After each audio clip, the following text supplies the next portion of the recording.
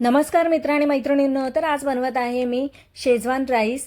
तर यासाठी 2 वाटी तांदूळ आहेत ते मी भिजत घातले अर्धा तास. त्यानंतर 2 वाटी पाणी घेतलं, पातेल्यामध्ये मीठ टाकलं आणि हे शिजवून घेतले. 80 to 90% मी शिजवून घेतले. त्यानंतर एका पातेल्यामध्ये मी 4 चम्मच तेल घेतलं, त्यामध्ये लसूण आणि अद्रक आहे ते चिरून टाकलं, कांदा टाकला, टोमॅटो टाकला आणि छान फोडणी फ्राय करून दिली. त्यानंतर कोबी आणि सिमला मिरची तेही मी कट करून ठेवलेले बारीक बारीक तेही घालून घेतले.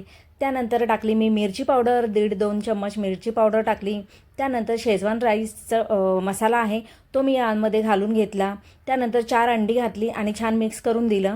आणि त्यानंतर अंडी जास्त शिजवायची नाही, लगेचच आपला भात आहे जो आपण शिजवून ठेवलेला बासमती राईस तो यामध्ये घालून घेतला आणि छान सगळं मिक्स करून घेतलं त्या मसाल्यांमध्ये.